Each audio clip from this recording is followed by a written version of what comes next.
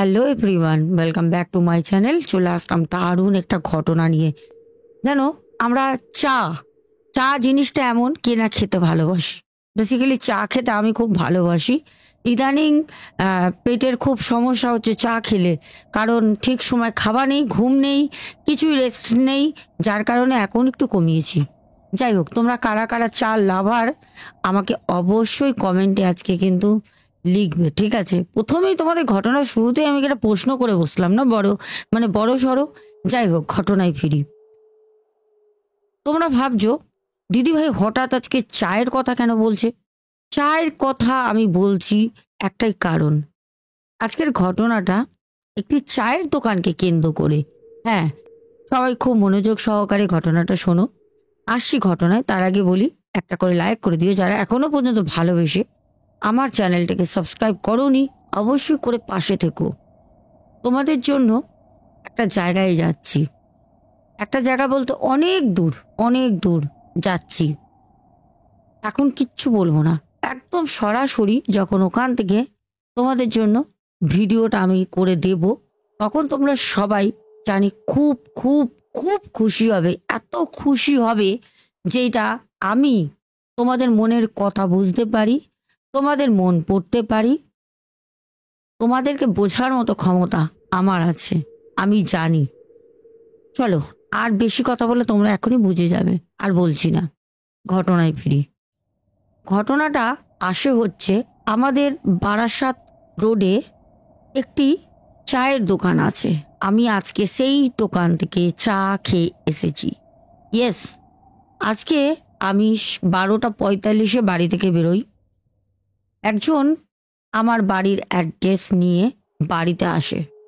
আজকে ঘটনা শুরুতে কিছু কথা আমি বলবো, তোমরা কথাগুলো মনোযোগ সহকারে শোনো। প্রত্যেকটা মানুষের একটা করে কিন্তু সমস্যা থাকে জীবনে, কারোর ব্যক্তিগত, কারোর পারিবারিক, আবার কারোর কাউকে নিয়ে সমস্যা থাকে।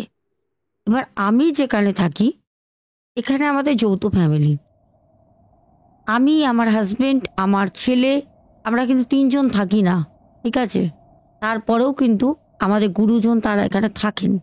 এবার সব থেকে বড় কথা হচ্ছে, আমার মধ্যে যেই জিনিসটা ছোটবেলা থেকে বিরাজমান, যেই জিনিসটা আছে, আমার বাবা, আমার মা, আমার পরিবারের লোক সবাই জানে, এমনকি আশেপাশের কিছু লোক।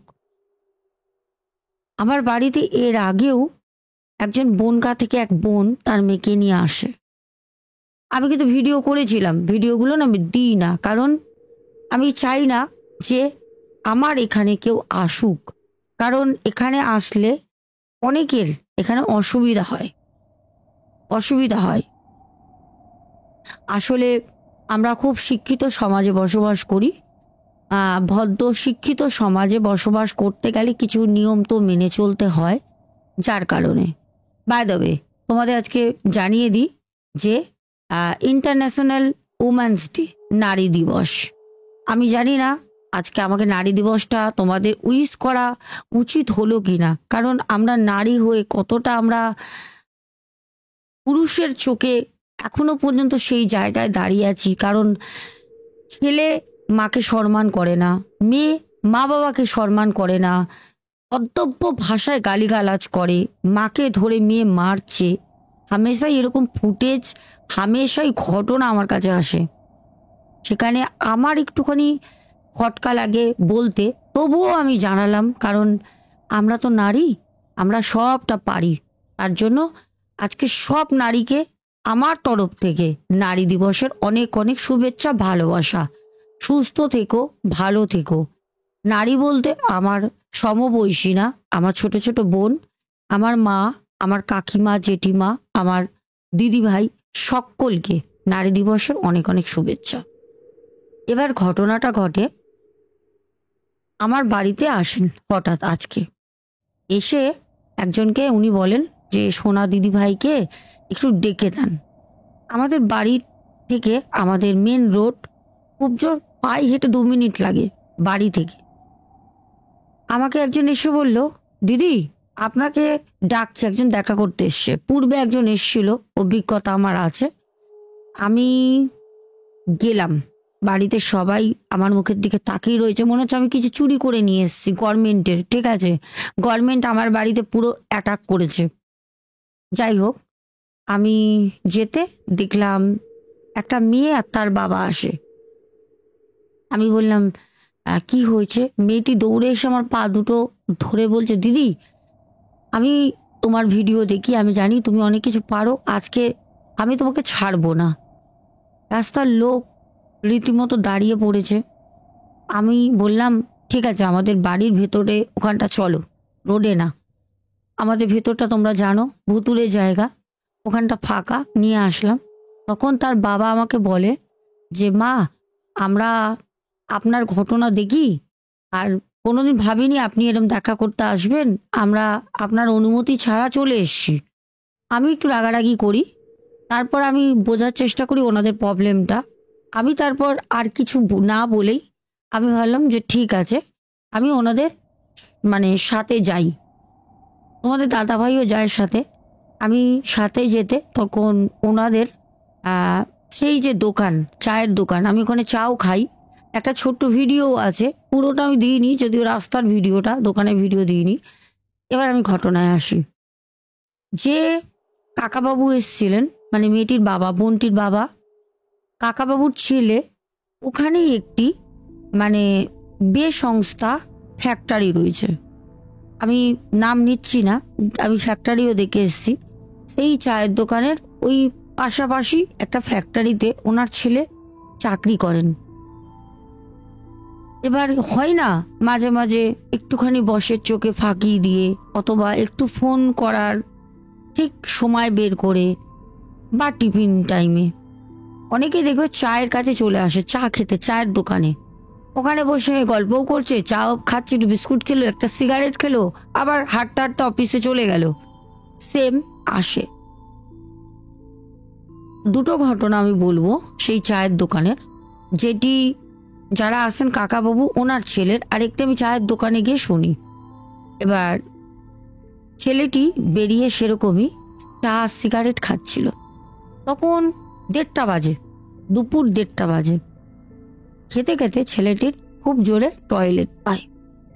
টয়লেট পেতে ছেলেটি কি করে, ওই যে মানে চায়ের দোকানটা আছে, তো চায়ের দোকানটা একদম রোডের পাশে, তোমরা যদি বারাসাত রোড থেকে যাও, মানে বারাসাতের দিকে যদি যাও বা বারাসাত থেকে যদি আমাদের ব্যারাকপুরের দিকে আসো, দেখবে চায়ের দোকানটা আছে পেছনে না বাঁশ বাগান, চায়ের দোকান শেষ বাঁশ বাগান।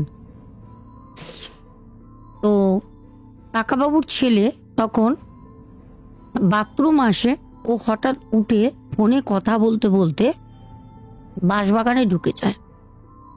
দোকানে অনেক ভিড় থাকার কারণে বাঁশবাগানে যে যায়, চায়ের দোকানের যে মানে কাকা কাকি ছিল মুসলিম, ওনাদের মুসলিম দোকান, ওনারা অতটা দেখেনি। আর ওই চায়ের দোকানে যেতে গেলে সেই দোকানের কিন্তু বেশ উঁচু করে একটা বেদি করা, সেটা পেরিয়ে যেতে হবে।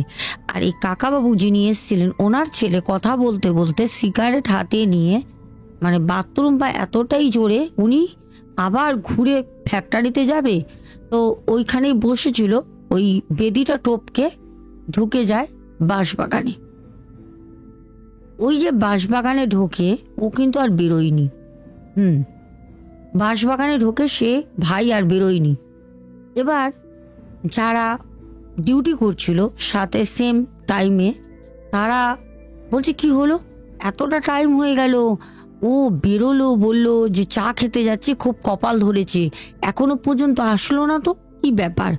এবার কেউ তো এত দেরি করে না, চা খেতে কত মিনিট লাগবে, 10 মিনিট, 15 মিনিট, আধ ঘন্টা, এর বেশি তো টাইম লাগবে না, পাশাপাশি তো। তখন বলছে দেখ তো ওই চাচার দোকান খোলা আছে কিনা। ও বলছে হ্যাঁ, চাচার দোকান দেখে বলছে খোলা আছে, ফ্যাক্টরি দিয়ে বেরোলেই গেট থেকে দেখা যায় চাচার দোকান খোলা, বাইক, টোটো, অটো, গাড়ি দাঁড়িয়ে, কচুরি পাওয়া যায়, মালপোয়া পাওয়া যায় ওখানে। তো গেল কোথায়? এবার সবাই বলছে কি রে, ও গেল কোথায়, ওর ব্যাগ রয়েছে, 2খানা ফোন, ব্যাগে একটা ফোন আছে, মানে ফ্যামিলির সাথে একটা ফোনে কথা বলে, একটা গার্লফ্রেন্ডের সাথে। তো এবার সব থেকে বড় কথা হচ্ছে সব রয়েছে, ছেলেটি কোথায় গেল, ছেলেটি কি আকাশ উড়ে গেল না মাটির তলায় ঢুকে গেল? এবার সিসিটিভি লাগানো রয়েছে, সিসিটিভি সবাই বলছে যে দেখি কখন বেরিয়েছে, কি একটা হইচই পড়ে গেছে। সিসিটিভিতে দেখে ও 1:26-এ বেরিয়েছে, ঠিক 1:26-এ ও বেরিয়েছে। তো 1:26-এ বেরিয়েছে, এখন প্রায় 3:45 হয়ে গেছে। এতক্ষণ টাইম গেল কোথায়? 1:26 থেকে 3:45, 5টায় ডিউটি আওয়ার্স শেষ। এবার সিসিটিভি দেখে বস আসে, ফোন করে ছেলেটি কোথায় গেল, ব্যাগ পড়ে রয়েছে, বাইক রয়েছে, মানে যেখানে পার্কিং করা ওখানে ওর বাইক রয়েছে, সব রয়েছে। তখন সবাই খোঁজ চায়ের দোকানে আসে। এসে সেই মুসলিম যে চাচা ছিল, চাচাকে বলে যে এরকম একজন এরকম এসেছিল, ওকে তো চেনে। তখন বলছে হ্যাঁ হ্যাঁ, ও ওইখানে ওই কোনায় বসে, একদম কোনায় ওখানে চা খাচ্ছিল আর সিগারেট নিয়েছিল আমার কাছ দিয়ে। চাচা বলে যত লোক ছিল সবাই ছুটে চারপাশে দাঁড়িয়ে একই আলোচনা গেল কোথায়। হঠাৎ করে ওই দোকানে বসে থাকা একটি ছেলে, তাদের আবার পাশে গ্যারেজ আছে, ওই ছেলেটা বলছে দেখো গে বাথরুম টাথরুম করতে চাচা ওই বাগানে গেছে নাকি, দেখো গে সাপে টাপে কামড়ে দিয়েছে। মানে ছেলেটা না এরম করে কথা বলে, অনেকটা লম্বা টেনে কথা বলে। এই কথা বলতে তখন চাচা বলছে আমার দোকান থেকে বেরোবে কি করে, এত বড় বাউন্ডারি দেওয়া রয়েছে, আর ওখানে তো কেন যাবে, কি করতে যাবে। তো যখন এই কথা অফিসের কলিগ যারা শুনেছে, কলিগরা তখন বলছে যে ঠিক আছে দেখি। তারা এবার চাচার দোকান বেদি টপকে যখন যায়, তখন দেখছে দিনের বেলায় খা করছে রোদ। দিনের বেলায় আমি খুদ নিজের চোখে দেখে এসছি, খা করছে রোদ। কিন্তু তোমরা বলতে পারো যে দিদিভাই তুমি ওখানে ফুটেজটা নিলে না কেন? কারণ চায়ের দোকানে একটা ব্যবসা হয়, সেই মুসলমান কাকা আর কাকি, মানে চাচা চাচি যাই বলো না কেন, তারা একটা বিজনেস করে। আজকে যদি আমি পুরো ফুটেজটা এনে তুলে দিয়ে দিতাম, তাহলে পরে হয়তো ওখানে আর ভিডিও দেখার পর লোক হয়তো আস্তে আস্তে কমতো, ভিডিওটা ইউটিউবে তো থেকে যেত না, যার কারণে দিইনি। আমি রাস্তায় একটা বড় সামনে গাছ রয়েছে, ফুটেজটা দেবো। আমি বসে তোমাদের দাদাভাইকে বলছিলাম কিছু কথা। এইটাই, এই গাছটা কত পুরনো, কত কিছু সাক্ষী বলো তো এই গাছটা, রাখেন নাকি, কত কিছু সাক্ষী বলো তো গাছটা, কত কি দেখেছে। আমাদের থেকে অনেক বড়, আমরা মরে আবার জন্মগ্রহণ করেছি।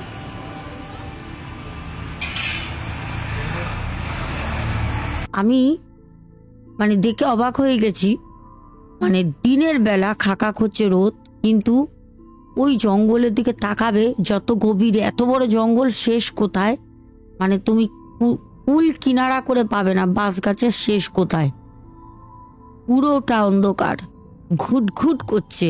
এমনকি জোনাকির শব্দ শুনতে পারবে, জোনাকি হোক ঝিঝি পোকা হোক যাই হোক। একজন বলেছে জোনাকি ডাকে না, কিন্তু আমি চাষি ভাইদের মুখে শুনেছি জোনাকি আলোও দেয়, জোনাকির শব্দও আছে, জোনাকি নাকি ডাকেও।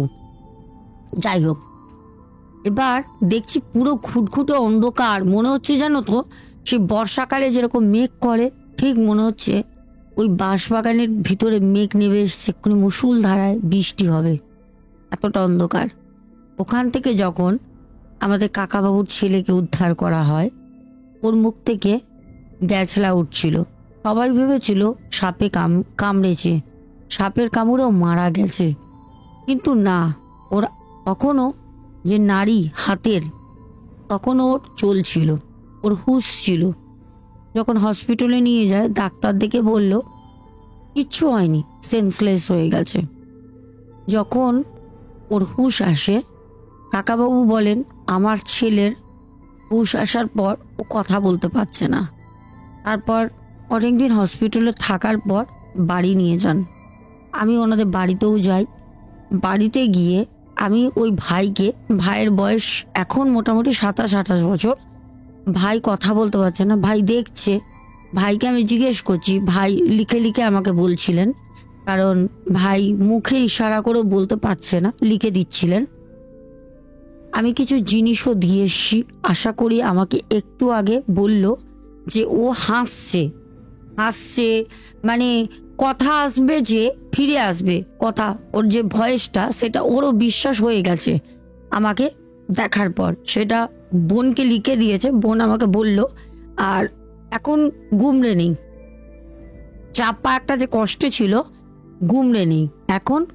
মানে কথা তো বলতে পারছে না, হাসছে, সবার সাথে ইয়ার্কি করছে, চুল ধরে টানছে বোনের, মানে ও এখন একটা ফ্রি মাইন্ডে রয়েছে, ঠিক আছে। কিন্তু ওকে আমি যখন জিজ্ঞেস করি, ও আমাকে বলে লিখে, সরি বলে না লিখে, যে দিদি আমি যখন গিয়ে বাথরুম করি আমার এত জোরে প্রেশার আসে, আমি হয়তো ছুটে গেলে আমি চলে যেতাম ফ্যাক্টরিতে গেট দিয়ে ঢুকে, জানি না আমাকে কেন ওইদিকে মন টানলো। সিগারেট খাচ্ছিলাম, আমি ওইদিকে তাকিয়েছিলাম, আমার গার্লফ্রেন্ডের সাথে কথা বলছিলাম, আমি ছুটে ওখানে যাই বাথরুম করতে, গিয়ে কোনো রকমে আমি বাথরুম করছি, হঠাৎ বিশ্বাস করবে না আমার মাথায়, আমার মাথার চুলে না কিছু একটা অনেকক্ষণ ধরে লাগছে। আমি তখনও ওই এরকম করে কানের মধ্যে ফোনটাকে চেপে, যেরকম ভাবে দেখো না মানুষের দু হাত জোড়া থাকলে যা করে, তো বলছে এক হাতে আমি মানে প্যান্টের চেন খুলেছি আর এক হাতে আমার সিগারেট, তো বারবার আমি কানের চেপে রেখেছি, আমার মাথায় কিছু একটা লাগছে। আমি যে বাঁশ বাগানের মধ্যে ঢুকেছি, বেশ অন্ধকার, আমি জানি বাঁশ গাছের ডাল নাহলে বাঁশ গাছ লাগছে। তখন ভাই সাথে সাথে উপরে তাকায়, বলে দিদি ভাই আপনি বিশ্বাস করবেন না, সবটা কিন্তু লেখা, মুখে বলা না, ঠিক আছে। আমাকে সবাই ঘটনা বলে বলে আমি বলছি, লিখে জানাই দিদি ভাই আপনি বিশ্বাস করবেন না, উপরে তাকিয়ে দেখলাম একটা নারী মূর্তি, যার মুখটা এত বড় হাঁ করে আছে, আমার মাথাটা অনায়াসে তার মুখে ঢুকে যাবে, চোখগুলো ছোট্ট ছোট্ট লাল লাল, ঝুলছে ঝুলছে রীতিমতো। আমি যখন এরকম করে তাকাই আর সেই রূপ দেখার পর আমার কিছু মনে নেই, ওর পরেই ওর মুখের বোলটা হারিয়ে যায়, কথা বলতে পারে না ভাই, তবে ঠিক হয়ে যাবে, এটা আমার বিশ্বাস, আমার বড় মায়ের বিশ্বাস। এই ছিল আমাদের কাকাবাবু আমাকে যে নিয়ে যান বোন, তাদের বাড়ির ছেলের ঘটনা।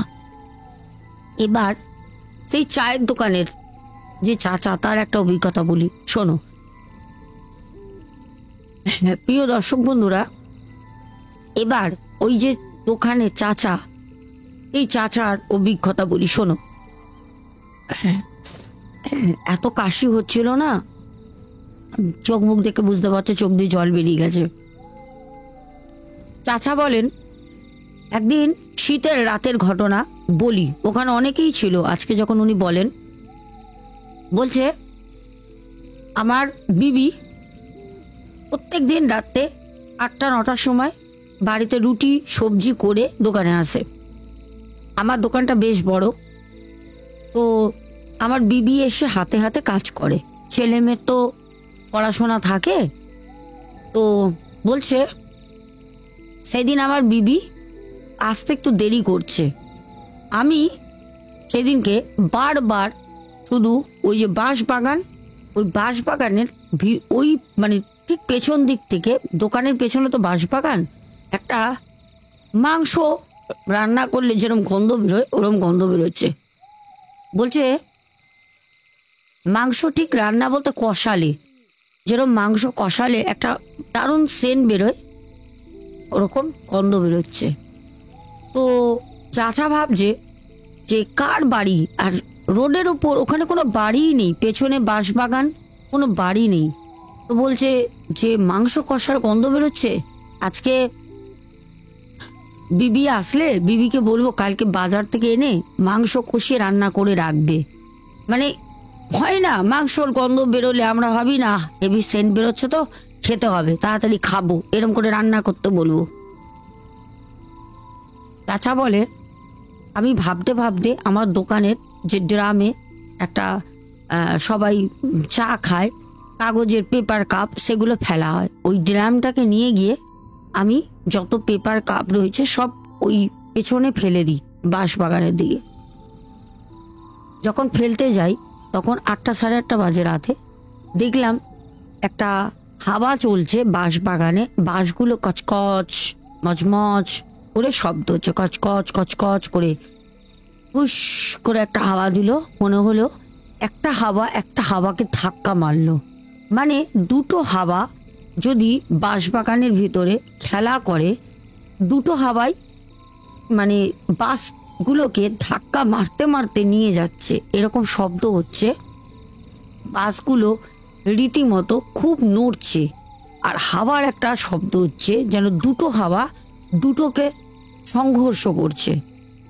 তো এই দৃশ্য দেখে সাথে সাথে যখন দোকানের সামনে আসে, এসে আবারও দোকান ঝাড় দিচ্ছে, বলছে আহ বিবি এখনো আসলো না, আজকে কত দেরি করছে, শীতের সময় ও কি ঘুমিয়ে পড়লো? কেন ওনার যে বউ মানে ওই চাচির কদিন ধরে শরীরটাও ভালো না। তো সেই ভেবেই বলছে তাহলে আমি তাড়াতাড়ি কোনো রকমে করে কাজ চলে যাই। চাচি থাকলে কি উনি গরম জল করে দেয় উনুনে, তো সেই উনুনে গরম জল দিয়ে যত বাসন, চায়ের বাসন, তারপর দোকানে মালপোয়া চপ কচুরির বাসন সব মেজে ঘষে রেখে যায়, সকালে যেতে এসব দোকান খুলতে পারে। ভাবছে যে যখন বিবি আসবে না তো আমি রেখে দিয়ে তালা দিয়ে চলে যাই। এই ভাবতে ভাবতে যখন ঝাড় দিচ্ছে তখন দেখছি ওনার বিবি পেছনে দাঁড়িয়ে আছে। তো বলছে এই বিবি তুমি কখন আসলে, তুমি তো সাড়া দাওনি। তখন বলছে এই তো আসলাম, তাও আমি কাজ করে দিচ্ছি, বাসন ঠাসন যা আছে সব ধুয়ে মেজে দেয়, দিয়ে স্বামী ঝাড় দেয়, বউ যা প্রত্যেকদিন বউ করে তাই করে। ওনার বউ করার পর বলছে যে দোকান বন্ধ করে চলো, আর কালকে মাংস নিয়ে আসবে বাজার দিয়ে, মাংসর খুব গন্ধ পাচ্ছিলাম কিছুক্ষণ আগে, তুমি পাচ্ছ? তার বিবি বলেছে না। তার বিবি তখন বলেছে না আমি তো কোনো গন্ধ পাচ্ছি না মাংসের। চাচা বলছে আমি পাচ্ছিলাম, তখন তুমি আসোনি, ঠিক আছে কালকে তুমি বাজার থেকে মাংস এনো, আমি টাকা দেবো গিয়ে। বলছে ঠিক আছে। দুজনে দোকান বন্ধ করে বলছে আমি সাইকেলে করে বাড়ি যাই, আমার বিবি সাইকেলে বসে আমি চালাই। তো সেরকমই যাচ্ছি, যখন আমি বাড়ির সামনে যাই পেছনে দেখি আমার বিবি নেই, বিবি নেই। আমি বলছি একা একা, আরে ও কোথায় আবার নেবে গেল, আমাকে তো না বলে নামলো না, নামলে তো সাইকেলে একটা বোঝা যায় হালকা হয়ে যায় ভারী সাইকেলটা, ও নামলো কোথায়? আমি তো কোনো জায়গায় দাঁড়াইনি, রাস্তা পার করে চলে এসেছি। আমাদের চাচা বলে আমি যখন ঘরে ঢুকি আমার বিবি ঘুমাচ্ছে। হ্যাঁ বিবি ঘুমাচ্ছে, আমার 3 ছেলে 1 মেয়ে আমাকে বলল আম্মুজান তো কখন থেকেই ঘুমাচ্ছে, আম্মুজান যায়নি তো দোকানে। আব্বুজান তুমি কার কথা বলছো? আমি চেপে গেলাম, পরে বিবিকে বললাম। বিবি বলল কোনো জায়গায় তান্ত্রিক ওঝা বাড়ি গিয়ে একটা বন্ধন করাতে হবে দোকানে, কি হচ্ছে। এক জায়গায় গিয়ে ওনারা বন্ধনও করায়, তারপরেও কিছু হয়নি, কিচ্ছু হয়নি। তারপর যাই হোক বলল আমরা আল্লাহর ফটো টটো রাখার পর ওনাদের কিছু নিয়ম, ওরা সুরা পাঠ এসব করেন, বলে এসব করার পর মানে প্রত্যেক দিন নিয়ম করে ওনারা যে কোরআন শরীফ সেটা মুখে মুখে মুখে মুখে যতটা পারেন বলেন, ওনাদের আল্লাহর অনেক কিছুই বললেন আমরা করি নিজেরাই, কোনো জায়গায় গিয়ে কিছু হয়নি। এখন ওইসব আর কিছু হয় না, কিন্তু এই ঘটনাটা ঘটে যায়। দর্শক বন্ধুরা দুটো ঘটনা কেমন লাগলো? হ্যাঁ হয়তো কাশির জন্য অনেকটা কাটকাট হয়েছে, হয়তো সেরকম গুছিয়ে শেষের দিকটা বলতে পারলাম না, কিন্তু তোমরা বুঝতে পেরেছো কেমন লেগেছে বলো। এবার তোমাদের প্রশ্ন প্রথমেই আমি একটা করে দিয়েছি অলরেডি, আর লাস্ট একটা প্রশ্ন, সেই প্রশ্নটা হচ্ছে আমাদের যে কাকাবাবু আমার বাড়িতে এসেছিলেন, কাকাবাবুর মেয়েকে নিয়ে, কাকাবাবুর ছেলেকে আনুমানিক কটার সময় সেই চায়ের দোকানের পেছনে বাঁশবাগান থেকে পাওয়া যায়? প্রথমে একটা কোশ্চেন করেছিলাম, শেষে একটা কোশ্চেন, দেখি তোমরা কারা কারা সঠিক উত্তর দিতে পারো। চলো কমেন্টের নামগুলো বলি।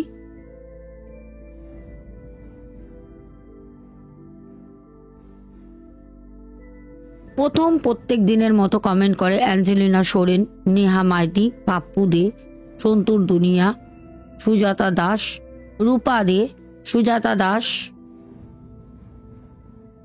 ঈশানু মান্না, অনুপম বিশ্বাস, মৌমিতা দাস, সুপর্ণাদি, টুকু সাবারবাল, শ্রেয়াস ভাই, দীপেন মাইতি, টিচারের ঠিক ঠিক করেনি, পুরো দোষ টিচারের। আচ্ছা, দীপেন মাইতির কথা মতো টিচারটির দোষ। আচ্ছা, মাহিরয় বলেছ দিদিভাইটার তখন বয়স ছিল 27। এখানে আমি মনে করি দিদিভাইটার কোনো দোষ নেই। কেউ বলেছ উভয়ের দোষ। আচ্ছা, 27 বছর বয়স, ঠিকই বলেছ। তারপর রূপা দে, মাহিরয়, শ্রেয়সী, সুজাতা দাস, গার্গীসুর, মাহিরয়, পাপ্পু দে, আব্দুল হক ভাই, সোমনাথের বক্তব্যটা শুনি। বয়স ছিল 27 আর ওনার কোনো দোষ ছিল না বলে আমার মনে হয়। আচ্ছা, মানে দিদি ভাইয়ের কথা বলেছেন। প্রদীপ দাস, টিনা আছাড়িয়া, শতাব্দী দেব, সন্তুর দুনিয়া, টিনা আছাড়িয়া, পিন্টু ঘোষ, টুকাই বেরা দিদিভাই, লাভ ইউ দিদিভাই। তারপরে হচ্ছে শম্পা মিনি কিচেন, শাশ্বতী দে, পরপর 3টে কমেন্ট করেছে। প্রিয়াঙ্কা নন্দী, আমাদের অভিজিৎ আছাড়িয়া বলেছে দিদি ঘটনাটা শুনে আমি একটা সাজেশন দিতে পারি। আমার মতে ম্যাডামের মানে যার ঘটনাটা বললেন ওনাকে বলবেন ইমিডিয়েট শত্রু দমনের ক্রিয়াটা করে নিতে। একদম একদম, ওনার সাথে আমার অনেক কি কথা হয়েছে, এখন উনি অনেকটা ভালো আছেন। তারপরে স্বর্ণালী কমেন্ট করেছো। তারপরে সুমনা ভট্টাচার্যা, স্বর্ণালী, হোয়াইট কিং বনু, রাজীব জসওয়াল, হোয়াইট কিং বনু, আবারও স্বর্ণালী, আবার হোয়াইট কিং বনু, পরপর 2টো। তারপরে হচ্ছে প্যান্থার গেমিং ওয়াইটি, স্বর্ণালী বোন, ফুলেশ্বরী চক্রবর্তী, লক্ষ্মী ভট্টাচার্যা বলেছে লাভ ইউ টু বোন, চুমকি বিশ্বাস, অভিজিৎ ঘোষ,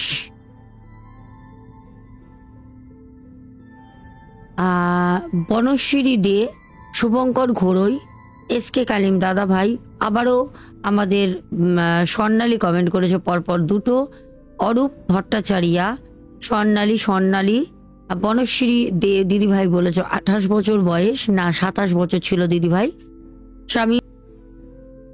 শামিমা সামরোস 3বার কমেন্ট করেছে, তাই 3বার নাম বললাম। টিনা ঘোষ, মেলাদুন, বাপলি মল্লিক, পরপর 2টো কমেন্ট করেছো। তারপরে শান্তিলতা, অনেকদিন পর শান্তিলতা কোয়েল, তোমার মেসেজ পেলাম। তারপর পূর্ণিমা দাস কমেন্ট করেছো, একদম ঠিক। তারপর মধুমিতা মাইতি, রমা কর্মকার, লক্ষ্মী রানী মাঝি, পূর্ব মেদিনীপুর, আমার নাম লক্ষ্মী রানী মাঝি। কেমন আছো বোন, অবশ্যই জানিও। তারপরে বাবু রয় চৌধুরী, চন্দানী পাল, অমৃতা সরকার, উত্তম দাস, সোনালী পাল, অরিন্দম, মৌমিতা, সুজাতা দাস, তুষার বড়ুয়া, রীতা, নন্দিতা চক্রবর্তী বলেছে ছেলেটির দোষ, নন্দিতা চক্রবর্তী বলেছে ছেলেটির দোষ, নন্দিতা চক্রবর্তী বলেছে জয় বড়মা, বড় মায়ের জয়, সন্ধ্যা মণ্ডল, তারপর সোমা দাস পরিবার থেকে সন্ধ্যা মণ্ডল, নীলিমা সিংহ। সববার নাম বললাম, তোমরা অনেক অনেক অনেক এরকম বেশি বেশি করে কমেন্ট করতে থাকো, আমি তোমাদের নাম প্রত্যেকদিন বলতে থাকি। আজকের মতো love you all, tata, good night, চলো কালকে দেখা হবে, টাটা।